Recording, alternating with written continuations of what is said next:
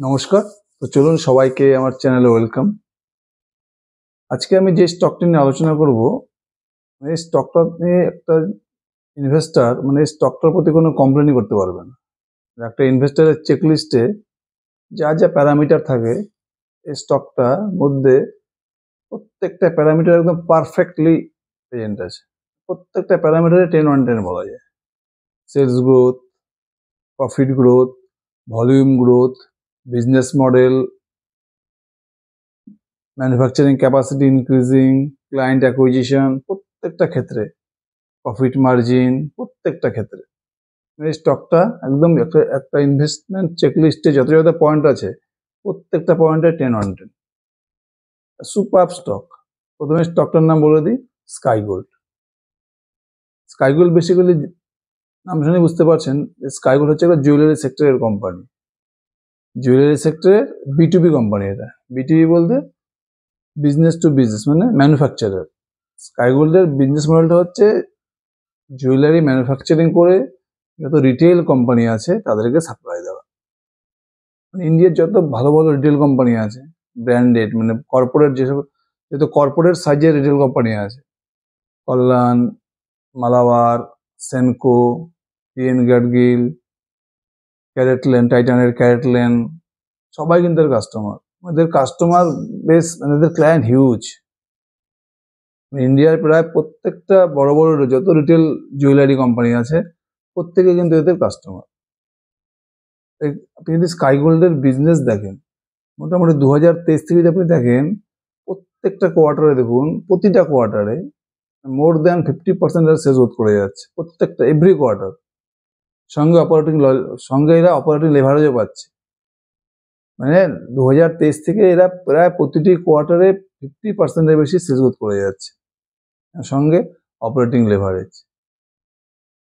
এবার যদি আপনি স্কাই গোল্ডের Q2 রেজাল্ট দেখেন, মোটামুটি 93% সেলস গ্রোথ করেছে, 93% সেলস গ্রোথ।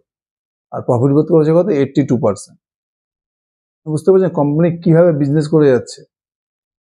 লাস্ট প্রায় 2 বছর হয়ে গেল এভাবে নন স্টপ কোম্পানি কিন্তু 50% বেশি সেলস গ্রোথ করে যাচ্ছে। আজকে আমরা দেখবো স্কাই গোল্ডের বিজনেস মডেলটা কিরকম আছে, আর এই কোম্পানিটা কেন এত ভালো বিজনেস করে যাচ্ছে, আর এখন এদের ফিউচার ডিলটা কিরকম লাগছে। স্কাই গোল্ডের বিজনেস মডেল আমি প্রথমে বলে দিলাম, এটা basically B2B jewellery manufacturer. Jewellery manufacturing করে যত B2C কোম্পানি আছে, যত রিটেল জুয়েলারি কোম্পানি আছে তাদেরকে সাপ্লাই দেয়। এটা simple business model. Sky gold কিন্তু মানে এটা কিন্তু অনেক পুরোনো কোম্পানি, প্রায় 15-20 বছর থেকে এরা এই জুয়েলারি ম্যানুফ্যাকচারিং এর কাজ করে যাচ্ছে। এতে কি হয়েছে, যত বড় বড় জুয়েলারি কোম্পানি দেখবেন এদের সাথে প্রত্যেকের এত দুর্দান্ত বলা যায় একটা রিলেশন, কমার্শিয়াল যে রিলেশনটা হয়ে গেছে।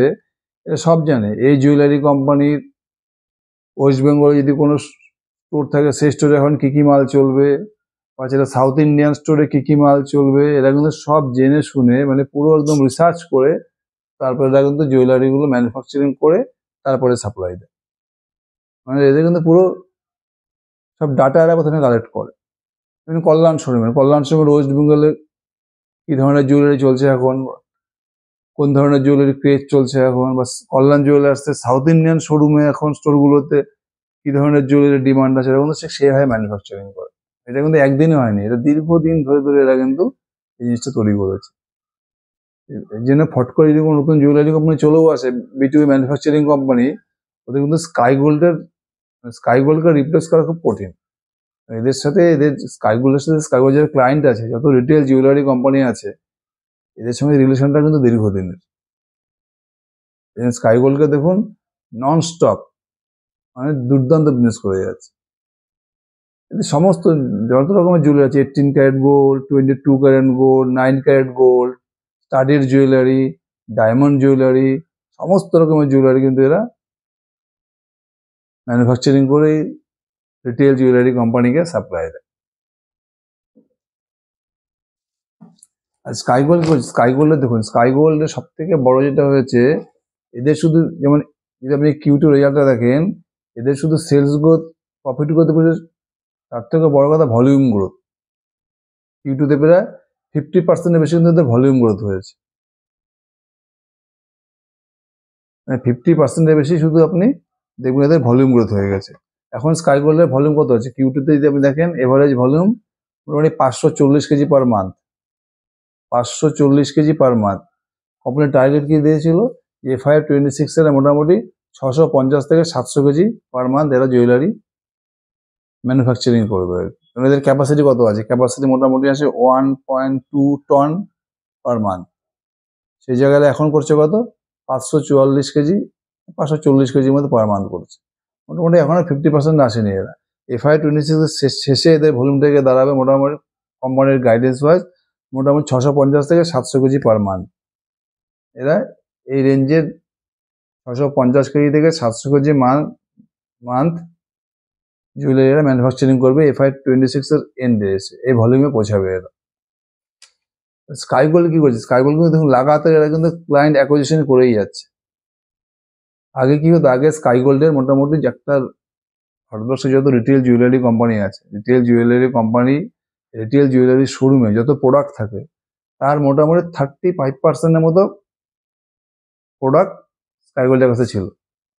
তবে স্কাই গোল্ড কি করেছে দেখুন, লাস্ট 1 বছর আগেও দেখেন মোটামুটি লাস্ট 1 ইয়ার্সে স্কাই গোল্ড কি করেছে? দুটো ছোট ছোট জুয়েলারি ম্যানুফ্যাকচারিং কোম্পানিকে কিনে নিয়েছে। স্পার্কিং চেন আর হচ্ছে কি ছিল স্টার মঙ্গলসূত্র। এই দুটোকে কেনার পরে কি হয়েছে? এতদিন স্কাই গোল্ডের কাছে কি ছিল? 35% প্রোডাক্ট ছিল রিটেল জুয়েলারি কোম্পানিকে দেওয়ার মতো ভ্যারাইটি। এই দুটো কোম্পানিকে নেওয়ার পরে এদের মধ্যে 60% হয়ে গেছে এখন প্রোডাক্ট রেঞ্জ। একটা রিটেল জুয়েলারি শোরুমে যত জুয়েলারি থাকে তার এখন 60% মাল স্কাই গোল্ডে সাপ্লাই দিতে পারে। এখন দেখুন Q2 তে এসে এরা আরো দুটো কোম্পানিকে কিন্তু অ্যাকোয়ার করে নিয়েছে। এবার Q2 তে একটা করেছে স্পিড বেঙ্গল বলে একটা জুয়েলারি কোম্পানি আছে, আর একটা কি হচ্ছে ঋষভ জুয়েলারি। একটা স্পিড বেঙ্গল আর ঋষভ জুয়েলারি। এই দুটো জুয়েলারিকে অ্যাকোয়ার করার পরে কি হয়েছে? এখন স্কাই গোল্ডের প্রোডাক্ট রেঞ্জ আরো বেড়ে গেছে। এখন প্রায় এদের প্রোডাক্ট রেঞ্জ বেড়ে মোটামুটি হয়ে গেছে 75 থেকে 80%। মানে একটা রিটেল জুয়েলারির শোরুম যত প্রোডাক্ট থাকে তার মোটামুটি 75 থেকে 80% প্রোডাক্ট এখন স্কাই গোল্ডের কাছে আছে।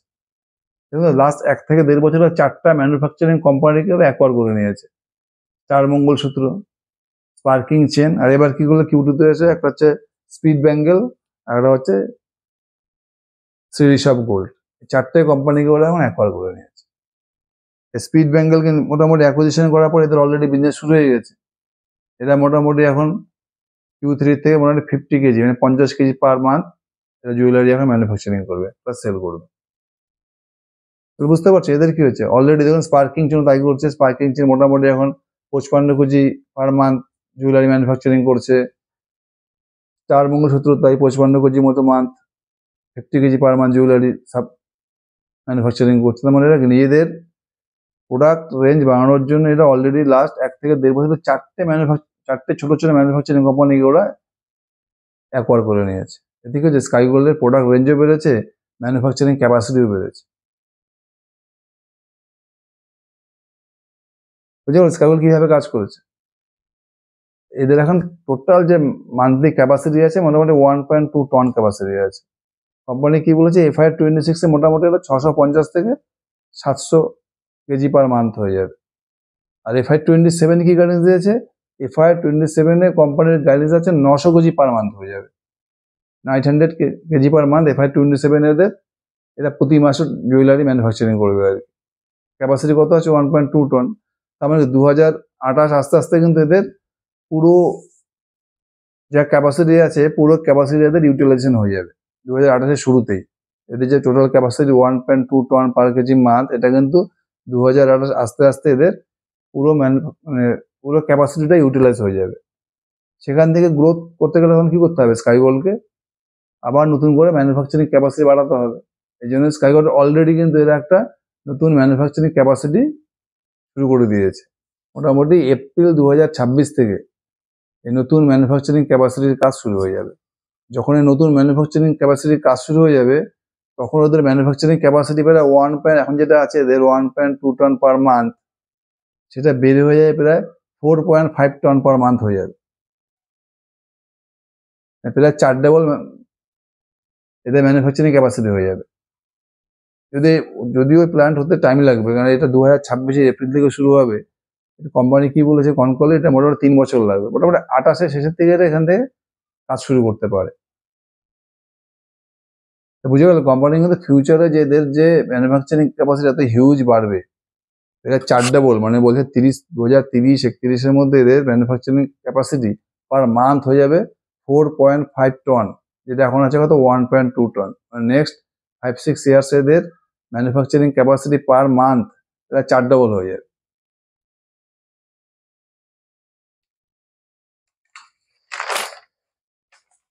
কোম্পানি আর কি করছে, কোম্পানি আর একটা নতুন পলিসি নিয়েছে কোম্পানি, এজিএম করছে এরা। মানে এতদিন স্কাই গোল্ড কি করতো, নিজেরা গোল্ড কিনে জুয়েলারি ম্যানুফ্যাকচারিং করে তারপরে কাস্টমারকে দিত। এতে কি হতো, এদের কস্টিং বেশি, মানে বেশি টাকা লাগতো, ক্যাপিটাল বেশি দরকার ছিল, ওই জন্য ওয়ার্কিং ক্যাপিটালের সমস্যা হয়ে যেত।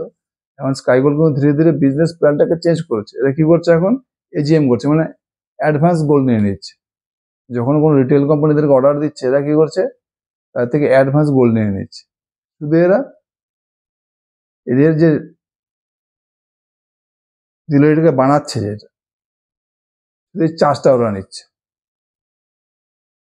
শুধুমাত্র ম্যানুফ্যাকচারিং চার্জ নিচ্ছে এরা।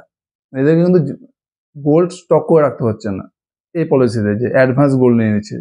এখন এরা যত এখন নতুন কাস্টমারকে অ্যাকোয়ার করছে, এরা কিন্তু এটা চেষ্টা করছে যে কাস্টমার থেকে এরা অ্যাডভান্স গোল্ড নিয়ে নিচ্ছে। গোল্ড নেওয়ার পরে শুধু এরা মেকিং চার্জটা নিচ্ছে। তার মানে স্কাই গোল্ডকার গোল্ড স্টক করে রাখার দরকার নেই। যদিও এই অ্যাডভান্স গোল্ডের সবে শুরু হয়েছে মাত্র, এখন টোটাল রেভিনিউর 7-8% এরা অ্যাডভান্স গোল্ডে কাজ করছে।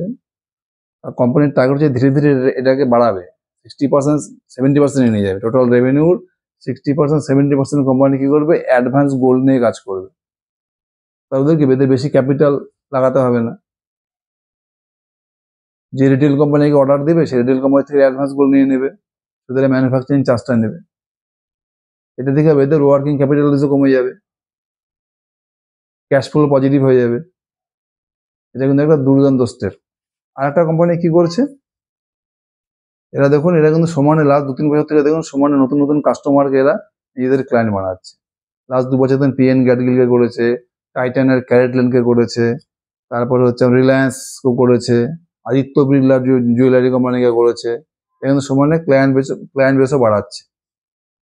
তারপরে কি করেছে এরা এখন, এক্সপোর্ট। এরা কিন্তু এক্সপোর্টের দিকে এরা এখন অ্যাগ্রেসিভ ভাবে কিন্তু এরা এক্সপোর্টের দিকে এরা ঝুঁকে যাচ্ছে। এরা দুবাই অলরেডি এদের একটা সাবসিডিয়ারি, মানে অফিস বানিয়ে নিয়েছে। দুবাই অফিস বানাতে দিকে পুরো যে মিডল ইস্ট যত কান্ট্রি আছে, সেই কান্ট্রিতে এরা এখন কিন্তু এক্সপ্যান্ড করেছে। এখন কত আছে এদের, এখন এদের এক্সপোর্ট বিজনেস মোটামুটি 8-10% আছে। এই Q2 তে মোটামুটি 150 কোটি টাকার মতো ওদের এক্সপোর্টের বিজনেস করেছে এরা। এদের টার্গেট আছে এই বছরে মোটামুটি FY26 শেষ হয়ে যাবে, মোটামুটি 12%-এর মধ্যে এরা 10-12% এরা এক্সপোর্ট বিজনেস করবে। আর FY26 এর টার্গেট হচ্ছে মোটামুটি 15%, 15-20% এরা এক্সপোর্ট করবে। এখন মোটামুটি 8%-এর মতো আছে। FY26 এর শেষে এদের এক্সপোর্ট বিজনেস বেড়ে দাঁড়াবে মোটামুটি 12%-এর মতো, 10-12%। আর FY26 এর টার্গেট হচ্ছে, FY27 এদের টার্গেট কত আছে, মোটামুটি 15-20% এরা এক্সপোর্ট বিজনেস করবে। কোম্পানি আর একটা কি করছে, কোম্পানি আরেকটা করছে হচ্ছে এখন চলে যাচ্ছে GML এ, গোল্ড মেটাল লোনে। এখন যখন কোম্পানির টাকা দরকার পড়ে, আবার ডেপ্ট ব্যাংকের থেকে সিসি অ্যাকাউন্ট থেকে লোন নিচ্ছে। এবার সিসি অ্যাকাউন্ট থেকে লোন নিলে কি হয়, এখানে 7%, 8%, 9% ইন্টারেস্ট লাগে। আর যদি GML নেয়, গোল্ড মেটাল লোনে, মোটামুটি 2-3% ইন্টারেস্ট লাগে। ডিফারেন্সটা বুঝতে পারছেন, সিসি অ্যাকাউন্ট থেকে ব্যাংক থেকে লোন নিলে এদের ইন্টারেস্ট দিতে হয় মোটামুটি বছরে 8-9%। আর GML গোল্ড মেটাল লোনে ইন্টারেস্ট 2-3%। এই জন্য কোম্পানি ধীরে ধীরে ট্রান্সফর্ম করেছে, ব্যাংক থেকে লোন নেওয়ার বদলে এরা ধীরে ধীরে GML চলে যাচ্ছে। এতে কি হবে, কোম্পানি এরা লোনের ইন্টারেস্ট প্রায় 8-9% থেকে কমে 2-3% হয়ে যাচ্ছে। এই যে ডিফারেন্সটা, যে কোম্পানি 5% কোম্পানিকে ইন্টারেস্ট কম দিতে হচ্ছে, এটা কোম্পানি কোথায় প্রফিটে, প্যাটে, নেট প্রফিটে কিন্তু কোম্পানি দেখবেন নেক্সট ইয়ার থেকে 2027 থেকে কিন্তু এদের প্রফিট মার্জিনও বাড়তে থাকবে। যে রেখেছে কোম্পানি দেখুন আগে কত ছিল 2023-24 প্রফিট মার্জিন 2.5%-এর মতো। এবার 24-25 কত হচ্ছে 3 থেকে 3.5%। আর কিউটিতে দেখুন এখন ওদের প্রফিট মার্জিন কত 4.5%। এটা কেন বাড়ছে? দুটো স্ট্র্যাটেজি। এক হচ্ছে এজিএম, এখন কোম্পানি যতজন নতুন ক্লায়েন্ট আছে তাদের কাছ থেকে অ্যাডভান্স গোল্ড নিয়ে কাজ করছে, যার ফলে যে কোম্পানির টাকাটা বেশি ফান্ড করতে হচ্ছে না, বেশি টাকাটা পড়ে থাকছে না, কারণ যার থেকে অর্ডার নিচ্ছে সে দিয়ে দিচ্ছে গোল্ড, শুধু কোম্পানি মেকিং চার্জটা নিচ্ছে। আর প্লাস কোম্পানি চলে জিএমএল এ গোল্ড মেটাল লোনে। যত গোল্ড মেটাল লোন কোম্পানি বাড়তে থাকবে বিজনেসে, তত কোম্পানি কিন্তু প্রফিটেবল হবে। মানে ব্যাংক থেকে লোন না নিয়ে যত কোম্পানি গোল্ড মেটাল লোন নেবে তত কোম্পানিকে ইন্টারেস্ট চার্জ কম করতে হবে। কোথায় ব্যাংকের ইন্টারেস্ট 9%, আর এখানে আপনি 3% পেয়ে যাচ্ছেন, 6% মানে বেঁচে যাচ্ছে। এই 6% ইন্টারেস্টে কি হবে? কোম্পানির প্রফিট মার্জিনের ক্ষেত্রে কিন্তু বিশাল হেল্প করবে। তার মানে স্কাইগুলো ধীরে ধীরে এখন কি হবে, প্যাট মার্জিনটা বাড়তে থাকবে। আমাদের কোম্পানি এক্সপোর্টও দুর্দান্তভাবে আগাচ্ছে। এখন কোম্পানির এক্সপোর্ট বিজনেস কত আছে? 8%-এর মতো। কোম্পানির গাইডেন্স কি আছে? FY26-এর শেষে মোটামুটি 10-12% ওদের এক্সপোর্ট বিজনেস হয়ে যাবে। আর FY27-এর গাইডেন্স হচ্ছে 15-20% এদের এক্সপোর্ট বিজনেস হয়ে যাবে। এদের অলরেডি দেখুন ওয়ার্কিং ক্যাপিটাল কিন্তু অনেক কমে গেছে গত বছরের কিউটুর থেকে। মোটামুটি এদের এবছরের কিউটুতে এসে কিন্তু এরা ওয়ার্কিং ক্যাপিটালে হিউজ ইমপ্রুভ করেছে। আর তো মোটামুটি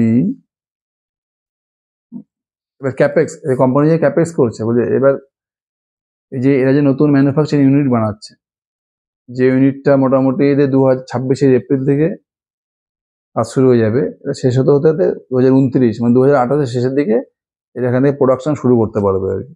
এই ম্যানুফ্যাকচারিং ইউনিট বানাতে এদের মোটামুটি 250 কোটি টাকার মতো খরচা হবে।